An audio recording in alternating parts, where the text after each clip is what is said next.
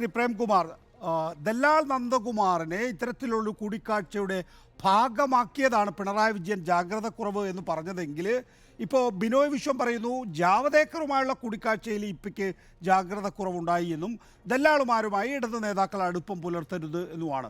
അപ്പോൾ CPI അത് കുറച്ചുകൂടി മുന്നോട്ട് കൊണ്ടുപോയിരിക്കുന്നു. ജാവദേക്കറുമായിട്ടുള്ള കൂടിക്കാഴ്ചയിൽ തന്നെ ജാഗ്രത കുറവുണ്ടായിട്ടുണ്ടെന്ന്. അങ്ങനെ ഒരു എതിർ രാഷ്ട്രീയ പാളയത്തിലുള്ള സംഘപരിവാർ നേതാവായിട്ടുള്ള ഒരാളുമായിട്ട് കൂടിക്കാഴ്ച നടത്തിയിട്ടുള്ളത് ജാഗ്രത കുറവായി ഇടത് ജനാധിപത്യ മുന്നണിയിലെ ഏറ്റവും പ്രധാനപ്പെട്ട ഘടകകക്ഷികളിൽ ഒന്നായിട്ടുള്ള CPI കാണുമ്പോൾ EP ജയരാജന് കൺവീനർ സ്ഥാനത്ത് തുടരാനാകുമോ?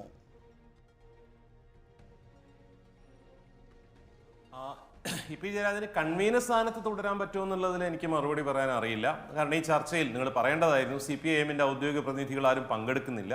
ഞാൻ ഇടതുപക്ഷത്തിനൊപ്പം സഞ്ചരിക്കുന്ന ഒരാളാണ്. പക്ഷേ അന്ന് മുഖ്യമന്ത്രി പിണറായി വിജയനും അതിനുശേഷം 2 വട്ടമായിട്ട് സഖാവ് ബിനോയ് വിശ്വവും പറഞ്ഞ നിലപാടുകൾ വളരെ ക്ലാരിറ്റി ഉള്ളതാണെന്ന് ഞാൻ മനസ്സിലാക്കുന്നു. മുഖ്യമന്ത്രി അന്ന് പറഞ്ഞത് അത് ജാവേദ്കർ ഇദ്ദേഹത്തിന്റെ ഫ്ലാറ്റിൽ വന്ന് ഇദ്ദേഹത്തിനെ കണ്ടു, EP-യെ കണ്ടു എന്ന് EP എന്നെ സമ്മതിച്ചതിൽ പെശകൊന്നുമില്ല, ദലാൾ ഉണ്ടായതാണ്.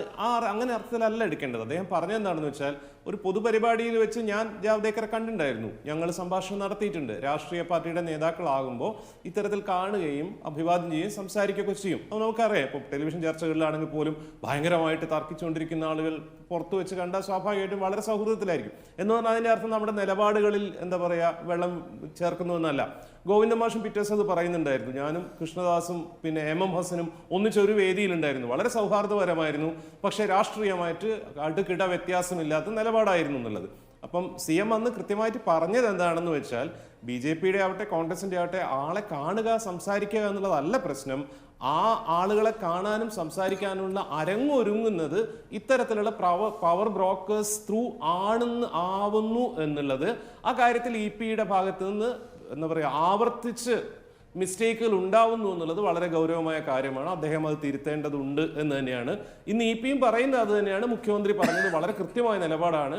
നമ്മൾ മനുഷ്യന്മാരാണ്, അബദ്ധങ്ങൾ പറ്റും, തെറ്റുകൾ പറ്റും, അത് തിരുത്തി മുന്നോട്ട് പോവുക എന്നുള്ളതാണല്ലോ എന്നുള്ളത്. അത് തന്നെ ഞാൻ അതിനകത്ത് കാണുന്നത്. അബദ്ധങ്ങൾ പറ്റാം, തെറ്റുകൾ പറ്റാം, പ്രസ്ഥാനങ്ങൾക്ക് പറ്റാം, വ്യക്തികൾക്ക് പറ്റാം, അത് തിരുത്തുക, മുന്നോട്ട് പോവുക എന്നുള്ളതാണ്. പിന്നെ CPIM അന്ന് മുഖ്യമന്ത്രി ഒരു പരാമർശം നടത്തി. ആ പറഞ്ഞതാണ് ശരിയെന്ന് MV ഗോവിന്ദ മാഷ് പറഞ്ഞു. തോമസ് ഐസക്കിനോട് പത്രക്കാരുമായിട്ട് ചോദിച്ചപ്പോൾ തോമസ് ഐസക് പറഞ്ഞു മുഖ്യമന്ത്രി അതിൽ പറഞ്ഞു കഴിഞ്ഞിട്ടുണ്ടെന്നുള്ളത്. സീതാറാം യെച്ചൂരിയോട് ചോദിച്ചപ്പോൾ ഡൽഹിയിൽ നിന്ന് സീതാറാം യെച്ചൂരിയും പറഞ്ഞത് സംസ്ഥാന നേതൃത്വം അതിൽ നിലപാട് പറഞ്ഞിട്ടുണ്ട് എന്നാണ്. അതിനുശേഷം ഇന്നേ വരെ ഏതെങ്കിലും തരത്തിലുള്ള ഒരു ഒഫീഷ്യൽ വേർഷൻ നമ്മൾ ഇതിൽ കേട്ടിട്ടില്ല. ഒരു പക്ഷേ നാളെ സെക്രട്ടേറിയറ്റ് കഴിഞ്ഞാൽ നമുക്ക് CPM-ന്റെ നിലപാട് വരാൻ പറ്റും. അപ്പം അന്നത്തെ മുഖ്യമന്ത്രിയുടെ ഡയലോഗിനും ഈ സമയം വരെയും നമ്മൾ സംസാരിക്കുന്നത് മീഡിയയിൽ വന്നുകൊണ്ടിരിക്കുന്ന ചർച്ചകളും കാര്യങ്ങളുമാണ്. ഓരോ മണിക്കൂറിൽ നിങ്ങൾ പുറത്താക്കാൻ സാധ്യതയുണ്ട്, പുറത്താക്കാൻ സാധ്യതയില്ല, തുടരാൻ സാധ്യതയുണ്ട് എന്നൊക്കെ പറയുന്നതല്ലാതെ CPM-ന് ഇനി ഇതിൽ കൂടുതൽ ഔദ്യോഗികമായിട്ട് എന്താണ് പറയാനുള്ളത് എന്ന് കേൾക്കാനാണ് കേരളം ഇരിക്കുന്നത്. അതിൽ ഞാൻ മനസ്സിലാക്കുന്നത് കൃത്യമായിട്ടുള്ള കർശനമായിട്ടുള്ള ഒരു തിരുത്തൽ പ്രോസസ്സ് അതിലുണ്ടാവും എന്നുള്ളതാണ്. കാരണം ഇത് വളരെ ഗൗരവത്തോടെ തന്നെയാണ് പാർട്ടിയും പാർട്ടിയോടൊപ്പം നിൽക്കുന്നവരും പാർട്ടിയെ സ്നേഹിക്കുന്നവരും കാണുന്നത്. അതിൽ തിരുത്തൽ ഉണ്ടാവേണ്ടതുണ്ട് എന്ന് വ്യക്തിപരമായിട്ട് വിശ്വസിക്കുന്ന CPM-ന്റെ പ്രതിനിധി ചർച്ചയിൽ പങ്കെടുക്കുന്നില്ല. താങ്കൾ ഒരു ഇടതു നിരീക്ഷകൻ എന്നുള്ള നിലയിലാണ് എന്തായിരിക്കാം CPM രാഷ്ട്രീയത്തിൽ സംഭവിക്കുക എന്ന് അനുമാനിച്ചു പറയുന്നത്. ഒന്ന്, EP ജയരാജനെതിരെ ഈ വിഷയത്തിൽ പാർട്ടിയുടെ റാങ്ക് ആൻഡ് ഫയൽ വലിയ നിലയിൽ രോഷം പ്രകടിപ്പിക്കുന്നു. മുൻകാലങ്ങളിൽ EP ജയരാജൻ്റെ കയ്യിൽ നിന്ന് സംഭവിക്കുന്ന വീഴ്ചകൾ അല്ലെങ്കിൽ കയ്യിൽ നിന്ന് സംഭവിച്ചു എന്ന് മീഡിയ അനലൈസ് ചെയ്യുന്ന വീഴ്ചകളെല്ലാം തന്നെയും ഈ പുറത്ത് നൽകാൻ പാർട്ടിയുടെ റാങ്ക് ആൻഡ് ഫയൽ തയ്യാറായിരുന്നു. കാരണം എന്തുകൊണ്ടാണ്?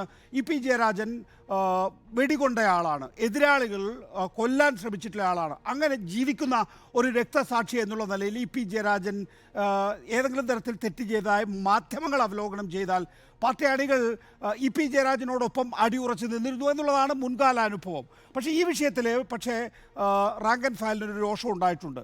ആ രോഷം തണുപ്പിക്കാൻ ഒരു നടപടിയില്ലാതെ അത് തണുപ്പിക്കാൻ പാർട്ടി നേതൃത്വത്തിന് കഴിയുമോ എന്നുള്ളതൊന്ന്. രണ്ട്, കേന്ദ്ര നേതൃത്വം ഇന്നലെ താങ്കൾ ശരിയാവണ്ണം സൂചിപ്പിച്ചതുപോലെ തന്നെ സീതാറാം യെച്ചൂരി പാർട്ടിയുടെ സംസ്ഥാന നേതൃത്വം ഇക്കാര്യത്തിൽ നിലപാട് വ്യക്തമാക്കിയിട്ടുണ്ടെന്ന് പറയുന്നു. ശരിയാണ്, ഇവിടെ സംസ്ഥാന സെക്രട്ടേറിയറ്റിൽ ചർച്ച ചെയ്യേണ്ടതുണ്ട്. സംസ്ഥാന സമിതിയിൽ ഈ വിഷയം ചർച്ച ചെയ്യപ്പെട്ടാൽ അതിന് മറുപടി നൽകേണ്ടി വരും. മാത്രമല്ല, അതൊരു റിപ്പോർട്ടായി കേന്ദ്ര കമ്മിറ്റിക്ക് പോകും. ഇപ്പോൾ സ്വാഭാവികമായും കേന്ദ്ര കമ്മിറ്റിക്ക് ഇടപെടാതിരിക്കാനാവില്ല എന്നുള്ള വിഷയമുണ്ട്. മൂന്നിപ്പോൾ അതൊരു മുന്നണി വിഷയമായി മാറിയിരിക്കുന്നു. ബിനോയ് വിശ്വം പറയുന്നു CPM ഇക്കാര്യത്തിൽ നിലപാടെടുക്കുമെന്ന്. അപ്പോൾ ഇത് മുൻ നിലപാട് EP ജയരാജൻ്റെ മുൻ വിഷയങ്ങളിൽ നിന്ന് വ്യത്യസ്തമാണ് ഈ വിഷയം എന്ന് താങ്കൾക്ക് അനുമാനിച്ചു പറയാനാകില്ലേ ശ്രീ പ്രേംകുമാർ? അല്ല, അതായത് റാങ്ക് ആൻഡ് ഫയലിന്റെ ഫീലിങ്സ് തണുപ്പിക്കാൻ വേണ്ടിയാണ് CPM-ഉം CPI ഒക്കെ ഇത്തരത്തിലുള്ള ക്രൂഷ്യലായ കാര്യങ്ങളിൽ തീരുമാനമെടുക്കുക എന്ന് എനിക്ക് തോന്നുന്നില്ല. അങ്ങനെ അല്ല. ഇപ്പോൾ ഉദാഹരണത്തിന് സെക്കൻഡ് ടേമിൽ സീനിയറായ മിനിസ്റ്റേഴ്സ് വേണ്ടതില്ല എന്നുള്ള കർശനമായ തീരുമാനം CPI-യും CPM-ഉം എടുത്തപ്പം മെജോറിറ്റി എന്താ പറയുക ലെഫ്റ്റ് ഫോളോവേഴ്സിന് അതിനോട് വിയോജിപ്പായിരുന്നു. അത് പറ്റില്ല, തോമസ് ഐസക്കിനെ പോലുള്ള, ശൈലജ ടീച്ചറെ പോലെയുള്ള ആളുകൾ മന്ത്രിമാരാവേണ്ടതുണ്ട്, 2 വട്ടം മത്സരിച്ചവരാണെങ്കിലും എല്ലാവരും ഒഴിവാക്കുന്നത് ശരിയല്ല എന്നായിരുന്നു ജനറലി ഉള്ളൊരു ഫീൽ. പക്ഷേ കുറച്ചുകൂടി ഫാർ സൈറ്റഡ് ആയിട്ടുള്ള, കുറച്ചുകൂടി പൊളിറ്റിക്കൽ ആയിട്ടുള്ള ഡിസിഷൻ എടുക്കുകയായിരുന്നു 2 പാർട്ടികളും, CPI-യും CPM-ഉം. അത് നല്ലതായിരുന്നു എന്ന് നമുക്ക് പിന്നെ ബോധ്യം വരികയും ചെയ്യുന്നു. അതുകൊണ്ട് തണുപ്പിക്കാൻ വേണ്ടിയുള്ളൊരു തീരുമാനം എന്നുള്ളതല്ല, മറിച്ച് പഴയ കാലം തമ്മിൽ ഭയങ്കര വ്യത്യാസമുണ്ടല്ലോ. അതായത് സംഘപരിവാരത്തിന്റെ ഭീഷണി, BJP-യുടെ ഭീഷണി വളരെ വളരെ സ്ട്രോങ് ആയി നിൽക്കുന്ന ഒരു കാലമാണ്.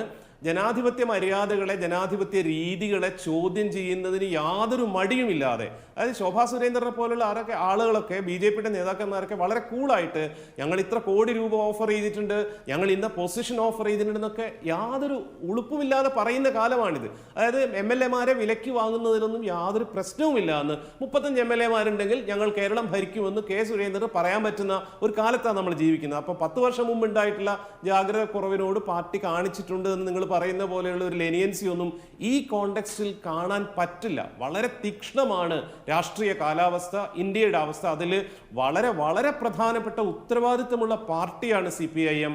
നോക്കൂ, നിങ്ങൾ ആ പ്രാണപ്രതിഷ്ഠ ചടങ്ങിലേക്ക് CPM-നെയും ക്ഷണിച്ചിട്ടുണ്ടായിരുന്നു.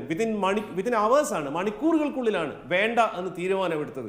കോൺഗ്രസ് അതിൽ തീരുമാനമെടുക്കാൻ ദിവസങ്ങൾ എടുത്തിട്ടുണ്ടായിരുന്നു. എന്തുമാത്രം പ്രതിഷേധത്തോടെയാണ് ജനാധിപത്യ വിശ്വാസികൾ അതിനെ കണ്ടിരുന്നത്. അപ്പം വളരെ ഷാർപ്പായ തീരുമാനങ്ങൾ എടുക്കുകയും വളരെ ക്രിട്ടിക്കലായി ഇടപെടുകയും ചെയ്യേണ്ടുന്ന ഒരു സമയത്ത് അതിന് നേതൃത്വപരമായ പങ്ക് വഹിക്കേണ്ടുന്ന പാർട്ടി എന്നുള്ള രീതിയിൽ പണ്ട് നിങ്ങൾ കാണിച്ചു എന്ന് പറയുന്നുള്ള ലേനിയൻസ് ഇപ്പം ആരുടെ കേസിലും പാർട്ടികൾക്ക് കാണിക്കാൻ പറ്റുമെന്ന് ഞാൻ വിചാരിക്കുന്നില്ല. അതുകൊണ്ട് തന്നെ ഇതിൽ വളരെ കറക്റ്റീവായിട്ടുള്ള മെഷേഴ്സ് ഉണ്ടാവും എന്ന് വിശ്വസിക്കാനാണ് എനിക്കിഷ്ടം. അത് കൺവീനർ സ്ഥാനത്ത് മാറ്റുകയാണോ, ബ്രാഞ്ചിലേക്ക്, അതൊന്നും എനിക്കറിയില്ല. എനിക്ക് ആ സംഘടനാ തത്വങ്ങളിൽ എനിക്ക് അവഗാഹമില്ല എന്നുള്ളത് കൊണ്ട്.